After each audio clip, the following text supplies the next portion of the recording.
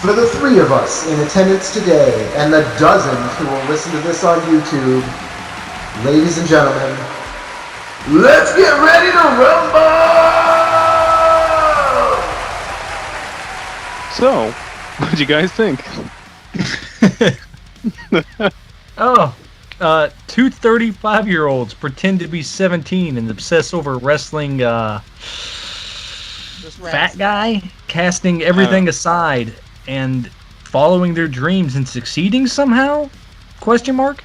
Oh, I thought you were going to say something like, two dudes on the spectrum in the poopy business met Bill Goldberg. I mean, you're not wrong. Bill and Ted's Wrestling Adventure. That's great. I like that. For those of you that missed it from the lead-in, this week's movie is Ready to Rumble from the year 2000, featuring David Arquette and Scott Conn. Whoa. It's starring Diamond Dallas Page, Oliver Platt, and Joe...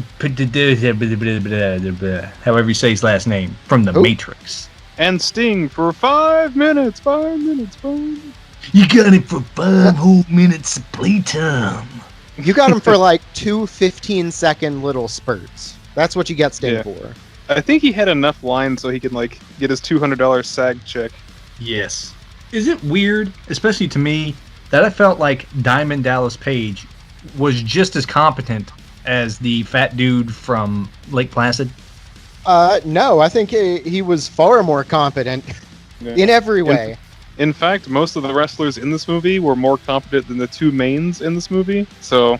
Yeah, I mean, to be fair, they are theoretically on stage every night, so it's not like acting is so far away from what they do. Like, they're athlete actors. They are sports entertainers. I get it, but for some reason, I found more joy. Myself, I'm not a huge wrestling fan. I'm one of those fellas who grew up with it, but it didn't stick. Mm-hmm. I just had a lot more fun watching these wrestlers do what the fuck ever than David Arquette and other fella did.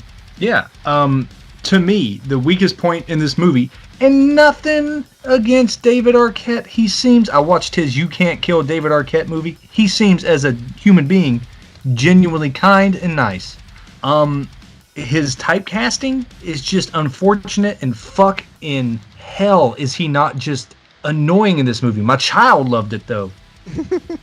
Now, for me, I did grow up with wrestling. Wrestling was my favorite thing in the world from probably 1990 right up until the year 2000 when this movie came out. This was right around when I was starting to get out of it, probably the very beginning of high school, very end of middle school, something like that. This is the first time that I've seen this movie, actually. I don't remember actually seeing this before, but there are a couple lines that may have permeated just through pop culture and my buddies and stuff like that, wakey wakey, hands off Snakey. I was like, what the fuck? Is this where that's from? Is it? I feel like I've heard that before this. Maybe, I don't know. I was just like, wait a minute. Deja vu. I feel like that's probably something that drill instructors say, they come in ringing a bell or something, playing Reveille or whatever. Hey, you get out of the bed, wakey wakey, hands off Snakey. You're gonna have to bleep that word out, but yeah. What if I bleep everything but that word? Drill instructors come in and say just leave. I think there's an Eminem song like that. They bleep it all out, and then all you hear at the end is goodness. But man, this movie picks up at the Lusk Shop and Stop, and you got these two adults, outside preaching to kids about their favorite wrestler, Jimmy King, and how he is going to crown, or whatever the fuck it's called, DDP at tonight's match. Wow. Jimmy King is the fucking GOAT, I'll tell you that. Not the greatest of all time, he's just a fucking GOAT. I mean, they're fucking all about this dude, straight up and down, but on and off in this movie, they're like, man, these dudes are losers. And everybody else in the movie are just calling these dudes losers. And then you realize these are almost 30-year-olds in front of a gas station preaching to kids how cool this wrestler is. I'm just hey, that's kind of a loser thing to do. Yeah, strange things are afoot at the Lusk Shop and Stop. Yeah. Now, what kills me about this is not the actor himself. It's the fact that they have a fucking wrestling movie with wrestlers and your main star isn't a fucking real wrestler. True. Hey, former WCW champion David Arquette. Stop it. Even he regrets it. I'm just saying, we all regret that. But David Arquette, for the record, was once the actual WCW heavyweight champion, I believe. No, you're 100% correct. Yeah. Wasn't everybody pissed at him for that too? Bro, I yes. imagine. Like, the backlash in the wrestling community was absurd. Yeah, like he was just there for like, they have like celebrity appearances and stuff, and like he just went ahead and took the title or whatever. Yeah, I think it was also supposed to be like, what's the thing? Good press or whatever for the movie to try to really get people into it. But again, David Arquette is, I don't want to bash the man, but he's the weak point of this film to me. He's so juvenile that you said two guys on the spectrum. He comes off as like, man, people are making fun of this kid, and he's not right. Yeah, it's almost like this is a worse version of Dude, Where's My Car? Because the movie just doesn't really play around with their stupidity enough. It's not very clever with it. They're just like dumb, but not funny. But like every once in a while, you get like a good chuckle out of something. It's almost like they'll have a good joke that's immediately ruined. I'll tell you, like, I'm going to go ahead and disagree with you about the good chuckle thing. Like, I'm not going to hate on this movie too bad because I did enjoy it in parts, but I don't think I laughed once. Really? I don't like this movie, but for some reason I just kept watching. Well, I mean, like I had to. Like I don't want to like fucking half-ass this shit. But no, but there's something that like kept me compelled to watch, and like every now and again something would just like come out and just be like, ha, all right, cool. Yeah. Like even the scene we're about to talk about, yada yada yada. David Arquette goes back into the Circle K or whatever for like a new drink. The smelly finger thing's stupid, but like his daydream about the match with the Macho Man. That was a lot of fun. Yeah, yes. We don't actually get like Macho Man in the actual movie. He's just in the brain freeze daydream of David Arquette. And I love how the movie made sure that he was standing in front of a thing of Slim Jims just in case. Gotta get that money. Now, there's phrases and little things like you were talking about that do jump out of this that make me happy. And then I'm just waiting for the next bit with wrestlers. Like whenever, Macho Man's there, it's a lot of fun. And then you have a guy like, I'm going to kill you because you're a bunch of turdlets. And I was like, what? The fuck is a turdlet? It's just like a little baby turd. Oh, man. It's like a little rabbit dropping. Just bloop. But yeah, he's got like a slushie and he drinks it all and he wants to get a refill. So he sticks his finger in his ass. He's like, hey, man, your finger's in your ass. He goes, I know. Yeah, like the lead up was just like really just like, what? Why? And then you see what happens and you're just like, why? Yes. Yeah. And then, man, so after he gets his free Slurpee or whatever, the cop shows up that's his dad and he's grabbing his friend's dick. Yeah, like, man, I thought stop and frisk was ruled unconstitutional, man. This is definitely like a violation of privacy or some shit. Because like, okay, like cops can like, they can use their authority and they can go overboard and all this shit. But like this guy is so almost equally stupid, just in a different route as his fucking son. Because he like grabs a dude's junk. He's like, oh, what's this? Is that some kind of drugs or a gun maybe? And he's like, no, dude, it's my fucking dick and balls. And the dad's just immediately like, you can't be a wrestler. That shit's for the gays. He's like grabbing on another move's dick. Dude, the whole situation was dumb, but like there was like a little line that got a little laugh out of me. The guy knows that that's his son's best friend. He's like, well, this should be like the other way around. The guy's like, well, you want me to grab your balls? Yeah. When that's going on, though, there's also another line where he's like, wrestling's fake, and David Arquette screams, wrestling's not fake. And then that's where, to me, I immediately was like turning off David Arquette. I was like, all right, I'm done. It's still real to me, damn it. But like the way he used his inflection made it just seem like the kid screaming at Kmart just because he didn't get a toy. I was just like, and then like the movie, rolls along and he still has that same kind of attitude going with it. And it's just weird because like neither of the two people are like necessarily the straight man. So you just have like two kids just like bouncing off stupidity off each other, but there's no charm or anything. And there's rarely any comedy between the two. I think the funny stuff really just comes from the wrestlers. Their comedy, like between one another, their chemistry, I should say, isn't really there. They're almost like a very, very, very, very poor man's Val and Earl. They even have the job of cleaning out sewage tanks and all this stuff. Yeah. And they go the extra mile to show how fucking stupid these kids are with them eating lunch literally next to dripping poop juice. Poop juice. Yeah, I think that there's like a background joke, but like it doesn't really land, and you get kind of like grossed out. And you're just like, ugh, why? When they're working and they're cleaning out these porta johns, please explain to me exactly what happens when he's like, "Hey, don't do it, don't mess with me. I gotta poop in here." And Scott Conn goes in there and starts to do his thing. And he's like, "Nope, I gotta do it. I gotta play this prank." Is he just like blowing air in there? What's going on? He is using his hose to suction out what should be a full porta john. Instead, it's already empty. So while the other fellow is taking a shit, the suction is pulling him down into the porta john.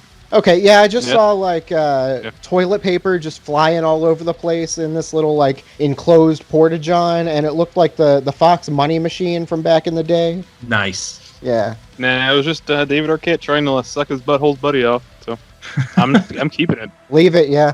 And we get a couple of references to like some wrestling moves and stuff, but we never get to see the fabled Goldberg finisher, the jackhammer. He's like, I made a poop mess in there because I've been on a jackhammer. And He called the shit poop. The next stop is Brittany's Taco. yep. That fucking joke's better than that whole fucking beginning of the movie. I hate it. This is the God only damn. time the two have chemistry, is when they're stuck in that little truck and he's just trying to be obnoxious.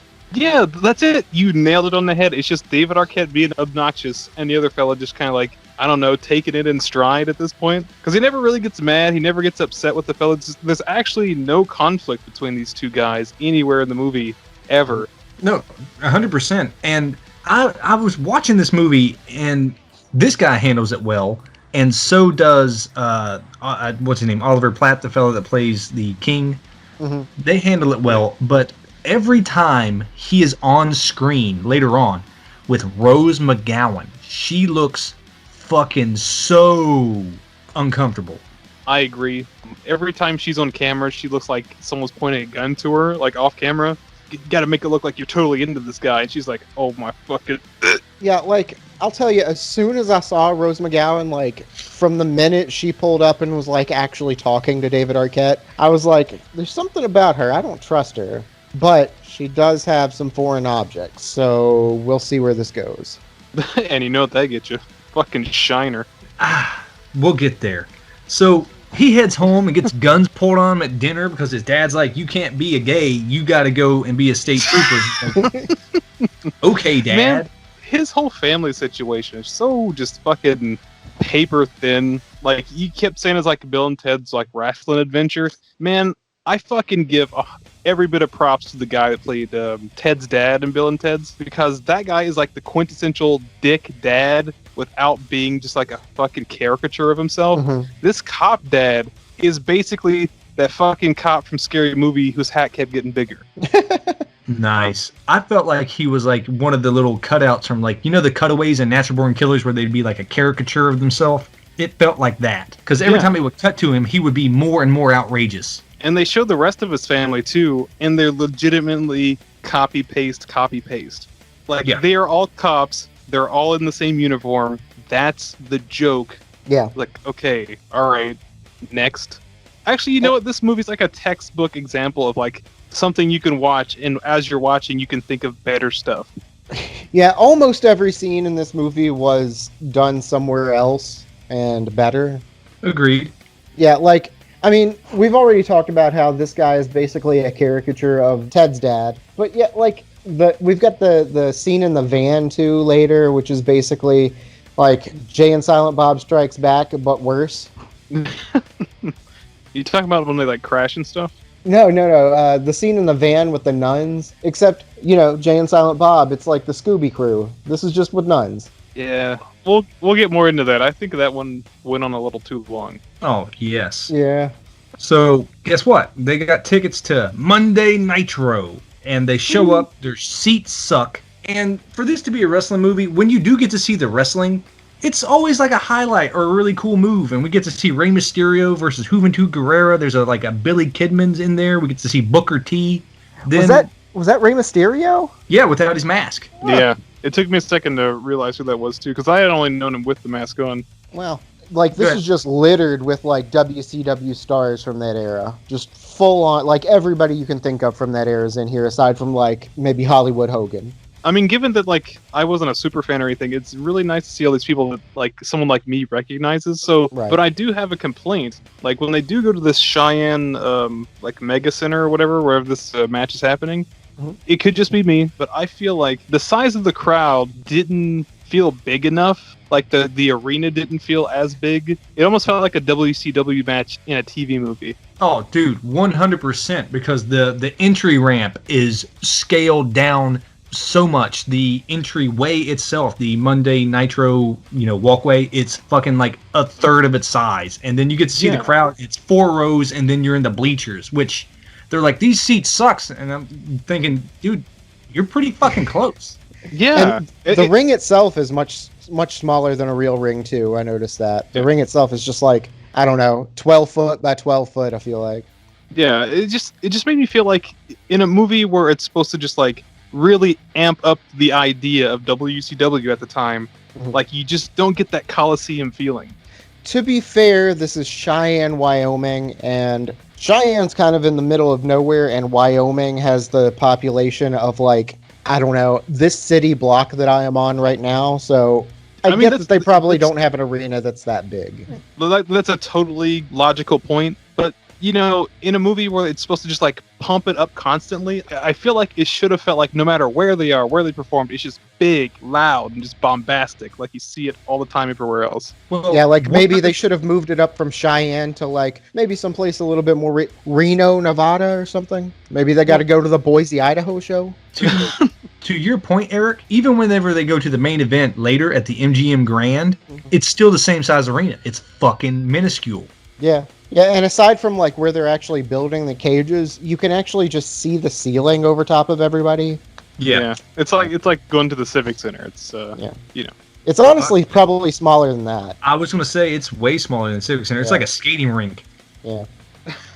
But yeah, they're here at Monday Nitro, and guess what? DDP is going to do this screw job on the King. Yeah. I wrote down Cheyenne screw job. Nice. Yeah. Yeah, so the orchestrator of all this, the manager, I don't know, the sort of Vince McMahon of this whole situation, a guy named Titus Sinclair, who I know of from the movie Memento. Yeah, he's a character actor. He pops up in random stuff. Like he's that dude in the Matrix, as you guys mentioned, and he's the commissioner guy from the Bad Boys movies, always screaming at Will Smith for nothing. Well, he's orchestrating this thing where, all right, the King is the world champion. He's supposed to, go in and beat DDP, but he tells DDP, hey, you're going to hand this guy his ass, take the title from him. He's never going to wrestle again. And that's what happens. Like you said, the Cheyenne screw job, this is weird too, because whenever they did this to Bret Hart in real life, quote unquote, if it isn't all a work, wink, wink, nudge, nudge, who knows? All they did was ring the bell to try to, rip him off. Shawn Michaels gets him in the sharpshooter. He's supposed to, get loose, and instead they ring the bell. Match is over. In this, they literally try to beat a man to death on live television. Yeah, that's a felony assault. No kidding. Like, it comes out of fucking nowhere, too. Like, the entire plan just seems so... I mean, it's already scummy, but I just don't understand how, like, everybody and nobody's on board at the same time. Yeah, you got DDP's goons coming in down there, too. Sid Vicious and some other guys. I don't remember who all was in that, but Sid Vicious comes in and does, like, the double diamond cutter. Yeah, Bam Bam Bigelow's in there, yeah. Anyway, we start seeing, like, some backup coming in for the King. All the King's men are coming down. And you got Mr. Perfect Kurt Hennig in there. Yes! As soon as I saw my man, Mr. Perfect, I was like, fuck yeah, Mr. Perfect. Yeah, but they turn on him. They all just start kicking the shit out of him, too. Yeah, and it's not like wrestling kicks, where, like, they stomp the ground for a big old noise for the show. No, they're bludgeoning this man. He's dying. He probably has all kinds of broken bones. Like, I don't understand how, like, everybody's just like, yeah! Or, like, well, they don't want the King to, get hurt or anything. They're booing and stuff, but, like, how can they not tell, like, this man is being assaulted? Yeah, and, like, our two main characters are, like, freaking out. They're trying to get to the ring. They gotta save their guy. And it blows my mind because they say one of the best lines that had me cracking up. And I'm surprised you didn't get a chuckle out of this. As they're killing this man, David Arquette leans over the ropes like, no, this isn't even a pay-per-view. Yeah. But like by the end of this dude's destroyed. Like he's on the ground just like gasping for air because his rib cage is broken in. Not really. Like later on in the movie he's just fine, but still like he's bludgeoned, bloodied, and everybody's just like, ah man, it's part of the show. This is an attempted murder. He would have had such an easy lawsuit. Like he would own the WCW. Yeah, for real. Like that's not what he signed up for. Nope. Now the boys, they're upset. And they're crying on the way home in their poo-poo truck. No, it's just allergies. You're right. It is just King-related allergies. Yeah. They crash their poo-poo truck, and they're like, oh, man, thank God we're okay. I always did kind of like the smell, though. Yeah, it smells like French toast dipped in shit. French toast dipped in shit. That's my favorite brunch right there. I wish they would have cut it short because like seconds later they have like another semi truck like barreling towards him and he gets a whiff of something and they missed a really solid opportunity because he takes a whiff. He's like, huh. And I wish he said, kind of smells like French toast. You know, I wish they had just kept fucking rolling with it and they didn't.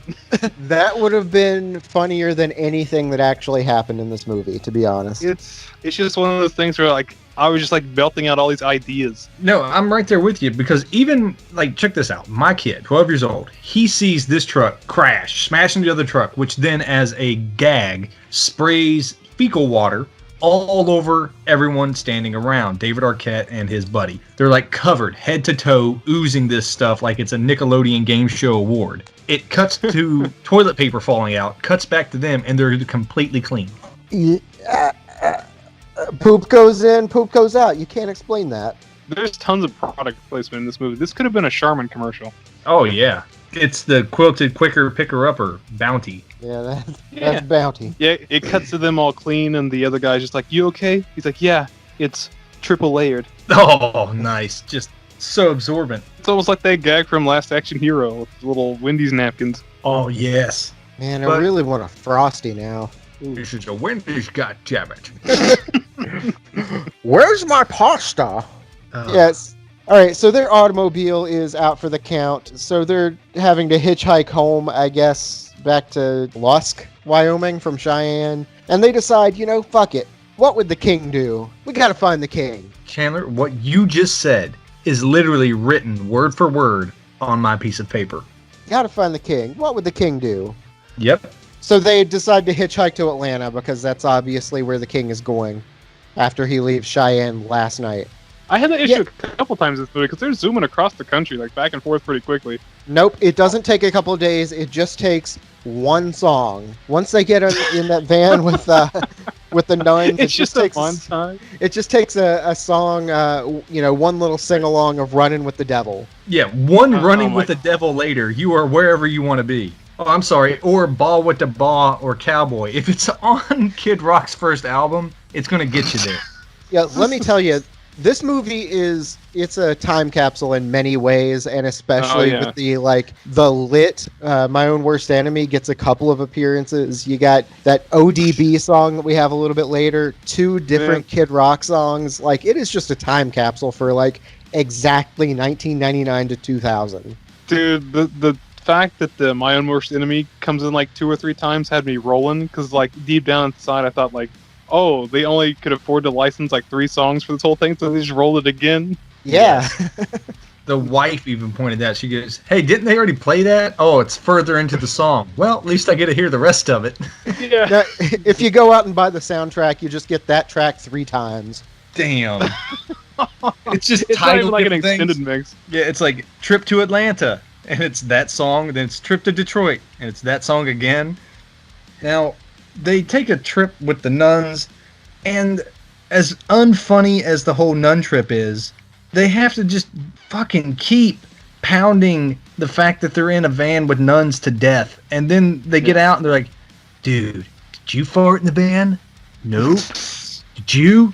Nope. Oh, man. Farting nuns." Farting nuns, because nuns don't get gas ever. It sounds like a really bad Gas X commercial. Or much really gas do you good have? gas X. That's right. None. Now, Now, the next little piece is one of the most ridiculous bits. They find a quote-unquote hacker or tech-savvy guy or whatever the fuck you want to call him. It's the Shermanator from American Pie. I mean, these are facts. I thought it was that little kid from Christmas Story. The one that gets beat up? Yeah, a little nerdy kid. I think it is, right? I don't know anything about A Christmas Story aside from memes. I've never once seen it in my life, and I hope to keep it that way. But I know this kid as Sherman from the American Pie films. Well, Sherman's like a super hacker, but like he's still like a 90s hacker, so he just like plops on his fucking Apple computer and he goes to hacker.com or some shit like that. And, the web has everything, so like anything that he wants is just right there at a click away. Meanwhile, David Arquette comes in, what the fuck is the internet? Well, he doesn't say what the fuck is the internet. He's too busy distracting making the King toy fuck DDP's toy in the butt. It's true. But it doesn't come off as funny or, like I said earlier, charming, because like he's fooling around with like the action figures, and the other fella is just like jamming out the Britney Spears on a CD player. Yep, they got to license that 15 seconds of Britney Spears' Baby One More Time, so you can throw that on the soundtrack. But only those 15 seconds. You only get the hit clips edition. That's it. That's what I was trying to think of. They just got the hit clip. Fuck, that's great. Now, they find out that he lives just up the road or some shit, so they go there. It turns out the King is a scumbag. He lives in like a fucking... He's just more of an alcoholic. Well, he's an ogre, because he lives in a fucking Shrek shack. He does. But And his wife, or whoever she is, says that he hasn't been home in 2 years, so life on the road is tough. Yeah, when she came out of the door, I was like, oh shit, it's Caroline Ray. And then I'm like, oh, this isn't funny at all. It reminded me of like seeing Sunny, from wrestling, whenever she was in her prime, and then seeing her now, and you're just like, oh man. Or not even seeing her now, seeing her in like 2015 when you really hadn't heard from her in a while. Somewhere in that area, getting fucking railed in the butt with your Hall of Fame ring on. Oh no. Don't look that up, guys. Don't. If you're curious, just leave it alone. Sound like the grape lady. But we get to see his son, and he's nothing special until they show his gimmick, and it's his fucking braces. It looks like someone took like Wrigley spearmint gum wrappers, rolled them into balls, and super glued them to his teeth in an insane array. Yeah, it's a disaster. I mean, it basically looks like the fucking truck wreck with the poopy truck. But he gets put on the trail to the parents' house. The parents say he took the motorhome and is now hiding out somewhere else. Yep. And he got a speeding ticket a week ago in the motorhome, so, he's still got it. It's still there. We're treated, again, to another part that made me laugh out loud. The hacker kid, he's always like making these references like, I can't do this. My dad says, only pussies do that. And he's on the phone with, Jay and Silent Bob here and giving him the info. And he goes, I can't talk long. Dad says yapping on the phone's for pussies. As soon as he says that, you hear the dad yell in the background, get off the phone, you pussy! But they finally find the king. The king's in the little motorhome, just like passed out and... Yeah, in drag. Is it really drag? I mean, I guess it is. He's wearing like some kind of a lace slip and a cardigan over it. Just leave the pills at the door. Are you the boys from the pharmacy? It's the worst Mrs. Doubtfire ever. Oh, Mrs. Dumpster Fire? Yes.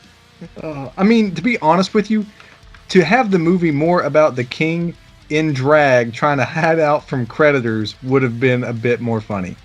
Yeah. Yeah. Yeah. Because like this little bit with them trying to like get him off his ass kind of took a little too long. Like that happens a lot in this movie. Like this movie will be like dead set on this fucking scene or a joke, and they'll write it until there's nothing left. Yes, they are squeezing it for everything it's worth. $30 to get inside, and then after they get their hearts broken and told that wrestling ain't real, all they're treated to is the ability to make a beer run. Yeah, it's like, hey, how much money you got? $30? All right, give me that $30. Come on in. All right, go get me some beer. Here's $10 back. Yeah, it's just so weird. And like he even has a moment like, boy, you better not take my money, Dutch. Yeah. Or I'll fucking come kill you. But no, they wind up keeping to their word because they want to help this guy out, and they just go give him a couple cases of beer. Eric, did you say beer? What I've got here today, Bunny with a Chainsaw. It is Paperback Brewing Company out of Glendale, California. This is a double hazy India Pale Ale, 8.4% alcohol by volume, and the label does in fact have a bunny with a chainsaw. Now, does it have a bunny because it's a very hoppy drink? Oh, Could you imagine trying to snuggle that fella? I mean, if like the spoon order was like Chainsaw Bunny U, it's pretty solid. it's true. Yeah, you got to make sure that bunny's the little spoon. All right, so it pours like a regular New England IPA, fairly hazy, not terribly hazy. Nice orange golden color, fruity hoppy aromas. A little bit of like orange, grapefruit, pineapple, mango, that kind of stuff. It's actually pretty bitter for a New England style IPA. Not bitter in a bad way. Actually, like a pretty good amount of bitterness in a beer. Not as much fruit notes in the actual core of the flavor. There is a little bit of like grapefruit and pineapple, but it's not like you get from a lot of the New England style IPAs. Like if you didn't tell me this was a hazy or New England style, I would just think that this was a regular old IPA, like double IPA or whatever it is. It's pretty good though. There is a little bit more of a fruity finish, but it's like a juicy fruit, like almost bubblegum finish. It's pretty decent though, yeah. I'll drink more of it. But for real, I don't know where this brewery is. It is not far from me. It can't be, because like I wonder if they're hiring. The crazy thing is, the person who would probably beat you to the job is old drunken slob, the king. For sure. But you know, he sobers up pretty quickly for an alcoholic. Like, you know, and like a night's rest after kicking the shit out of those boys. It's like wakey wakey, and then they're off on their first road trip. Dude, all you have to do is beat up two mentally challenged people, and you're like, my life's all together. Let's go. The theme of assault runs pretty steadily through this movie. Yeah. This, to me, is the most wrestling nonsense that I've ever seen and believed. If you're watching it from a movie's perspective, they sneak in with a porta potty. The DDP gets ambushed by the king from out of the porta potty. King fucking knocks him out, pins him 1, 2, 3 in the back of the arena. The two random mentally challenged children attack the fucking business owner and promoter, and there are zero repercussions except for he gets a title shot and a chance to win $1 million. Now, from a movie's perspective, you would go, no, that would never fucking happen. Never. No. Never. Like, people would arrest them, they would get beat up by the real people. Never gonna happen. But you do realize, like, it's all live, so they already had like a shtick that they were going to do, so they just kind of rolled with it because everybody was going fucking nuts about it. Yeah, but from the wrestling perspective, you're like, this is what happens every couple weeks on Raw, you know? Yeah, I'll tell you, this was supposed to be another Monday Nitro, right? This reminds me so much of, like, you know, the Stone Cold Steve Austin with the Booker 100%. T going through the grocery store. Yep. It reminds me of that. It's just fucking chaos, but absolutely scripted chaos. Exactly. It felt like real wrestling. Like, that whole little bit, I was like, that's wrestling right there. Mm-hmm. And it was super fun to watch. It's super exciting. And then the movie just kind of like hard turns into like movie again. Yeah, fucking weird hard cut to Party Under a Bridge with uncomfortable scenes of Rose McGowan and David Arquette. Then the king trying to run away. He gets in the sewer? I guess the only highlight of this entire scene isn't the hookup between David Arquette and Rose McGowan or anything that happens in between. It's the fact that Mean Gene is sexy. Yes! You are not wrong. By the way, I totally didn't remember Gene Okerlund working for WCW at all. Like, I remember him as a strictly WWF guy, so when he popped up, I was like, what's going on here? We crossing some streams or something? Nah, man. Like, fucking Ric Flair and Mean Gene are bras in WCW. Like, that's all he does. Mean! Woo! Gene! Woo! He gets two. It sounds like a choo-choo train. Yeah. Now, this is also just so fucking weird because they're like, you know what you need? You need to go see a real wrestling trainer. And they go meet this old dude named Sal Bandini. Yeah. And the movie gets fucking weird again. By the way, this Sal Bandini guy, I just happened to see this on the IMDb page. This character was based on Stu Hart. Well, that's cool. Yeah, the patriarch of the Hart family that spawned, Brett, Owen, rest in peace, some other guys. I don't know, there's The like lovely 12 of them. Diana, who was then wed Diana. to the British Bulldog. Yes. Yep, Davy Boy Smith. I remember Diana being fine as hell, too. Anyway. So he goes up there and he's training them, but it's not like wrestling training. He's teaching them, I guess, maybe street fighting wrestling. I don't know what the fuck's going on. He's like trying to break their arms and beat them over the head. It's weird. Yeah, it's not like a school where you'd go to learn like old-fashioned wrestling, like you find at like high school level or college level. It's just basically some old dude just like grabbing everybody by the pressure points and throwing them around. It's almost like this fucking like anti-rape classes you go to or whatever. It's a clinic put on by Steven Seagal. Get out of here. But like, Get out but of the here. thing about it, like this dude is kind of fun to watch. He has like this weird energy to him where he's like, yes, all you have to do is this, and then he just like fucking beats the shit out of the king. Yeah, honestly, he's one of my favorite parts of this movie, like, by a pretty wide margin. Like, the wrestling bits, the actual, like, in-the-ring wrestling bits, those are cool, but if we're talking about characters in the movie, he's probably my favorite. I think the only thing that would make his character like an extra level of entertaining would be if instead of him, it were Bob Barker. Oh, yes. That's Same energy. I have that written down, is that it was the same energy as Bob Barker in fucking Happy Gilmore. Absolutely. Possum ain't dead till you scrape it off the road. So, we alluded to it a little bit ago, but at that little party that they were having, David Arquette, starts to chat it up with Rose McGowan, and as I said before, from the beginning, I didn't trust Rose McGowan's character. She's one of the Nitro girls, and she just came off as like, I don't know, she's coming on a little bit too strong for like who she is for this kid. Like, there's an ulterior motive there. Oh, definitely. When we're talking about our favorite characters, I gotta say, once the king becomes washed up king and not wrestler king, I really like his bits as washed up king. Yeah, because like he almost has like room to be an actor at that point. Yeah. Like the rapport between he and the teacher fella and he and like Bill Goldberg later on, it actually kind of feels like, hey man, I'm sorry I was a dick. Please forgive me. Oh, I was too much of a dick and you don't really forgive me? Well, shit, my bad. Yeah, you're definitely right. Like, especially when they go into the gym with Goldberg. And, like, this is actually kind of I'm not going to say touching because it's not a touching moment, but, like, the moment where you can see, like, man, I was a shit before, wasn't I? He's like, Yeah. yeah, you were. You fucking puked on me. Everybody loved it. I was your partner. Oh yeah. The face just drops. Yeah. Oh. And also a little bit of an Easter egg in the background of that scene is Mr. John Cena. But it's okay, you couldn't see him. I think you're Now- lying. Are you lying? No, that's it credited as his first film appearance.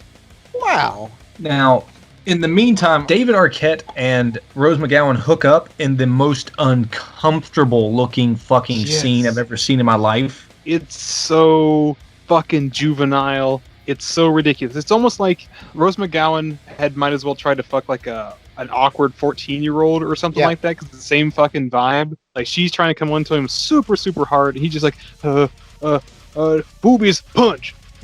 Yeah, Literally.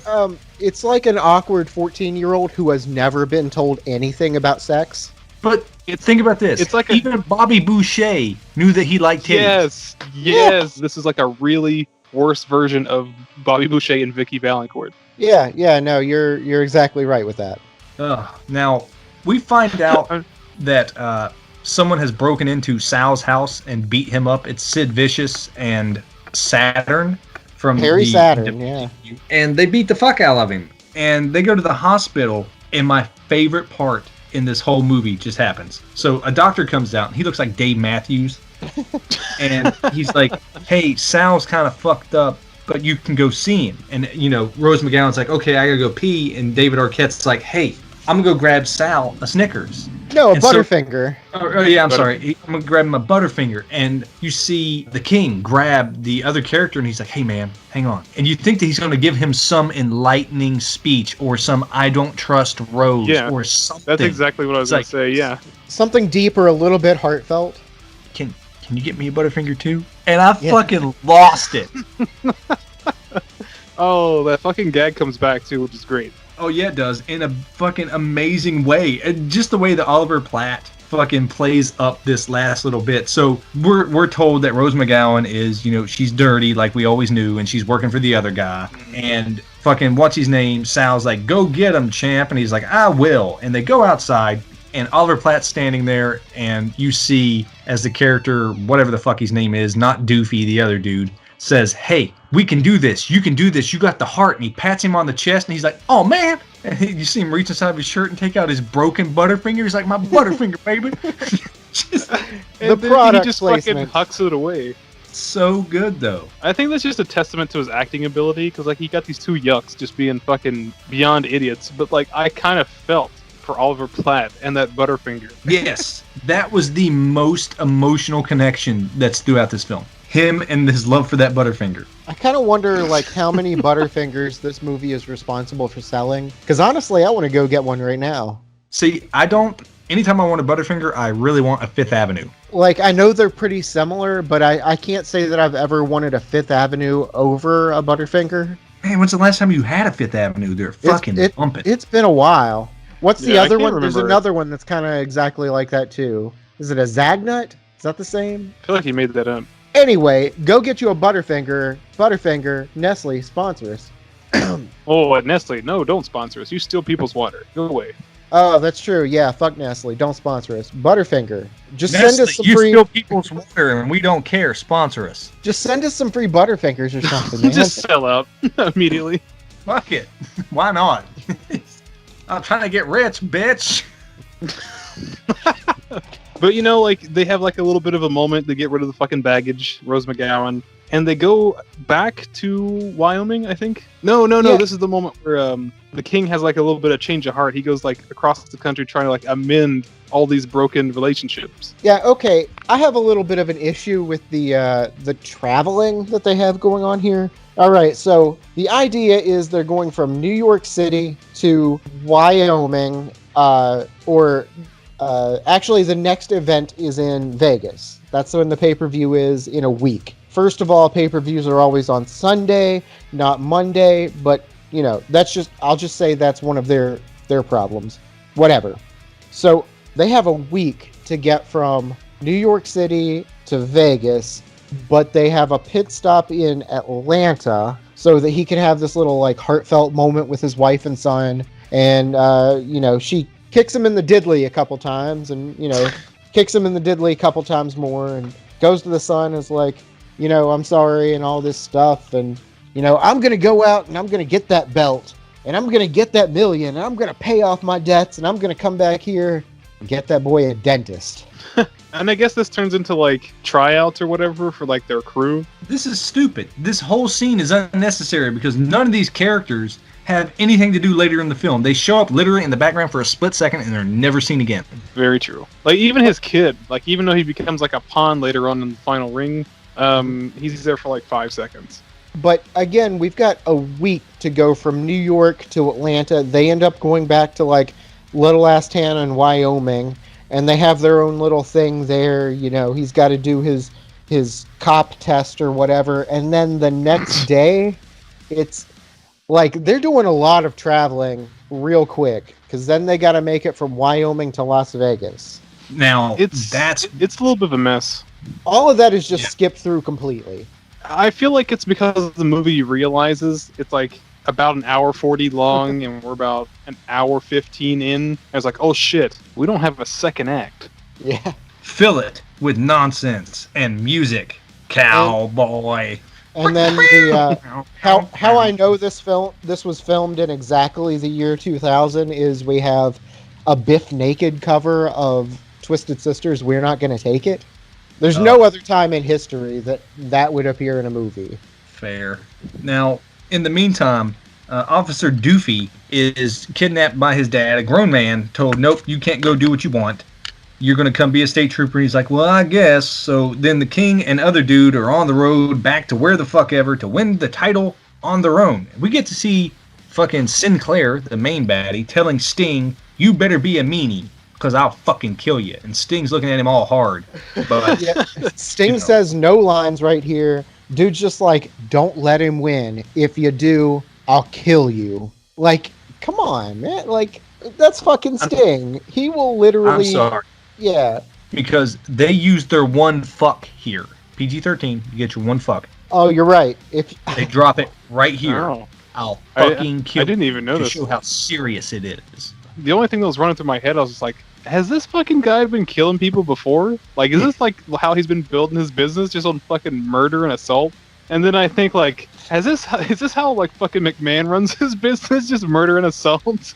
Yeah, he's not like you're fired. He's like, someone go kill that man. yeah, he cut off This- Kamala's legs. Oh no. He's like, am I gonna get out of this alive? And he's like, no chance. No chance in hell. All right. I fucking love it. But this is the final showdown. DDP and his goons versus the King and his goons. And they wrestle. This is a triple cage match, the Cage of Death, with the title belt up, hanging among like on top of all three of these cages that you've got to climb Yeah. through. This is more than a Hell in a Cell. I'm just happy we totally skipped over the whole tryout scene because it was fucking embarrassing. Yeah, that's what I said. It was completely useless. There's no need to talk about it. It was stupid. It doesn't matter. None of this matters. Like, that's the whole thing. His goons are supposed to be helping him out, but you don't even see him at ringside anymore because as soon as the other goons come out, fucking the face goons arrives. So we get all the bad guys that we mentioned earlier, and then now we get Bill Goldberg, Disco Inferno, Booker T, Billy Kidman, Yep. and a surprise entrance by David Arquette, who has somehow driven there in a very short amount of time on a motorcycle dressed as a state trooper. Very Yep. true. Like, I can't Yeah. say like I didn't like that entrance that he had. It was fucking cool. But like he landed and you realize it's David Arquette and you're just like, oh. Yeah. Oh, Yeah, like I did the same thing. I was like, that's pretty fucking badass. Could you imagine being at a show where this happened? That'd be fucking cool. Then you'd be like, oh man, it's David Arquette. and DDP's goons have like cut the lock to the cage, so they're in there, whooping some ass. Got Sid and Bam Bam Bigelow. Juventud Guerrera is, I think, one of DDP's goons, and you've got another like masked guy who turns out to be the King's son, who was, one of DDP's guys, like whooping his ass. David Arquette, during all of this madness, one of the cool things that I saw, fucking lays him out with a spear, like a Bill Goldberg spear. Yeah, Bill even compliments him on it. He's like, nice spear. Bill Goldberg never talks in a human voice through this whole thing. He's always like, Bill Goldberg. Always. That's so true. It's so true. Like in a little bit when they climb up the cages, he's on like Team King. And he's just like screaming through all these fucking layers of fence. He's like, "Yes, you got it. You can do it." I'm just like, it's like, why? He's a person. He can emote. Just let him do Yeah, but something. he's always doing his like signature hands out thing that he would do Yep. when he would come out. It's like, yes, and they do it like fucking 9 times, and it's just like, I get it, man. Like, It's Yeah. almost like how Ricky Bobby doesn't know what to do with his hands. He just has them up the whole time. yes. So they're battling up into the second cage, and the second cage is filled with all sorts of assorted weapons. And this scene would be pretty cool, but it plays out real quick. And they get to the third cage, and the King gets rightfully beaten by Diamond Dallas Page. DDP, you and your yoga, it all paid off, bro. You threw him off the fucking cage. The shit was yours. Sting comes fucking down out of the rafters, kicks Yeah, it's DDP off the shit. Fucking Sting out of nowhere with a baseball bat just knocks him off the top of the cage, and now it's a new game. I guess so. Like, there's nothing. Okay, I'm not saying this movie's good. I'm saying like there's nothing in this movie to just kind of telegraph that Sting was actually on King's side, and then like Sting hits him with the Sting swing, and we're all just like, okay, I guess, because he has to win. Yeah, Yeah, movie's got the movie. Now, again, if I was at a pay-per-view or watching this at home and all this shit was going on, I would be losing my shit. This is a match Yeah. they need to steal and make fucking happen, because after both opponents are knocked off the top of the cage, they battle up there again, where the King takes the upper hand and slams him through not 1, not 2, but 3 cages simultaneously. And it's a fucking cool looking scene, and DDP fucking died. Yes, I said that out loud to myself. I was like, huh, he's fucking dead. They killed that man. Like, he straight up, like, he hits the ground, bloodied, battered, and his eyes rolled back. I was like, fuck. When was the Hell in a Cell, the Undertaker Mankind? Was that after or before this? It was long before this. And what blows my mind is they didn't have the gumption to steal the "Good God, he's broken in half." Yeah. He had a family. Like, they stole so much from actual, I'm using air quotes right here, actual wrestling events from this movie. Like, just throw that in as like an Easter egg there. Just one for the fans. This, what would have been a fucking hell of a match if it was real. And there's a message at the end that, you know, the whole thing that they're trying to get through is it wasn't the wrestler that made wrestling. It wasn't the promotion that made wrestling. It was the fans, which is a kind of like a little throw out to all the fans, which is kind of sweet. And they all hold up the hands. True that, man.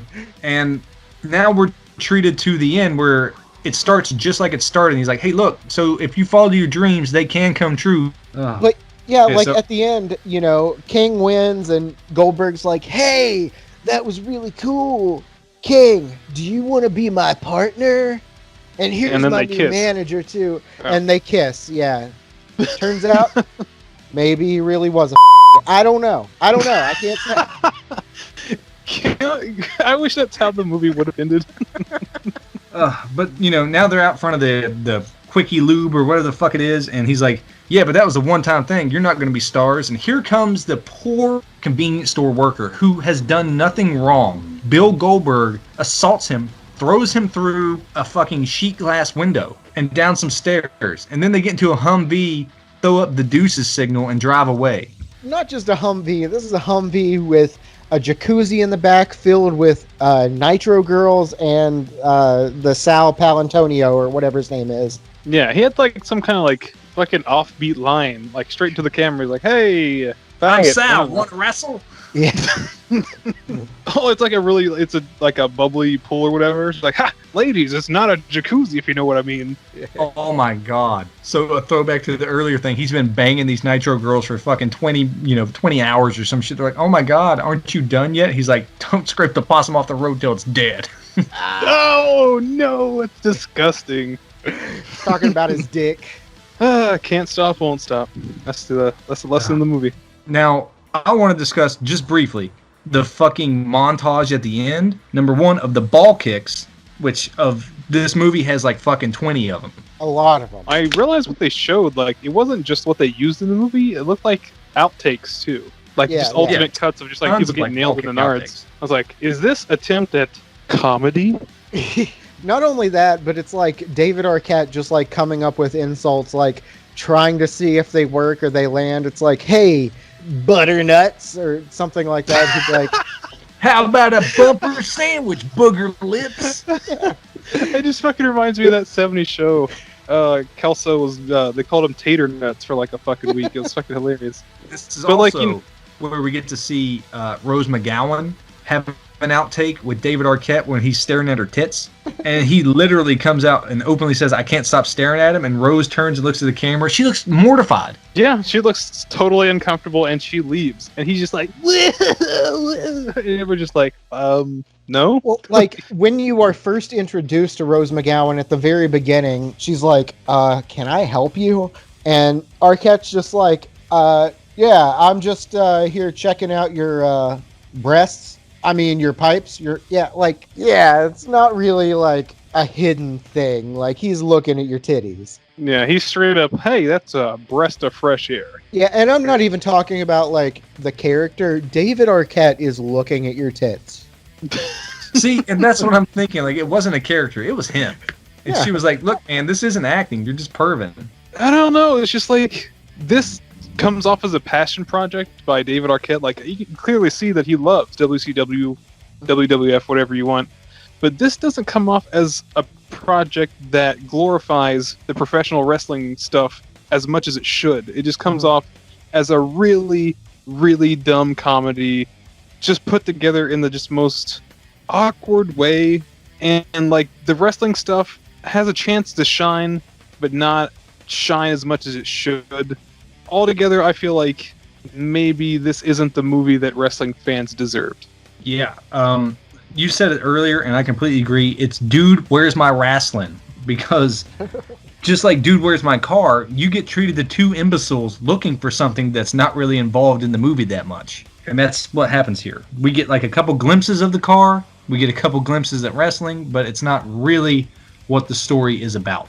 100% agree with both of you. It is as if like wrestling is the setting rather than the subject. I enjoy the scenes that we have where wrestling is like the focus. I think those scenes are really fun in a wrestling kind of like pro wrestling kind of way. The movie itself is pretty dumb. It's definitely like right there with like Dude, Where's My Car? Some of the dumber scenes from like Jay and Silent Bob Strikes Back specifically. Definitely in there with like those dumb stoner comedies. Harold and Kumar Go to White Castle, that kind of thing. But it's probably a little bit worse than all of those. Well, there you have it. That'll be Ready to Rumble from 2000. If you have any strong feelings about the movie or the show alone, leave it in the comment section below. Oh yeah, hit that like and subscribe button. Snap into a Slim Jim. I don't know. Is there other stuff that I normally say? Yeah, sponsor us, Slim Jim. Hit the little bell icon. Oh yeah.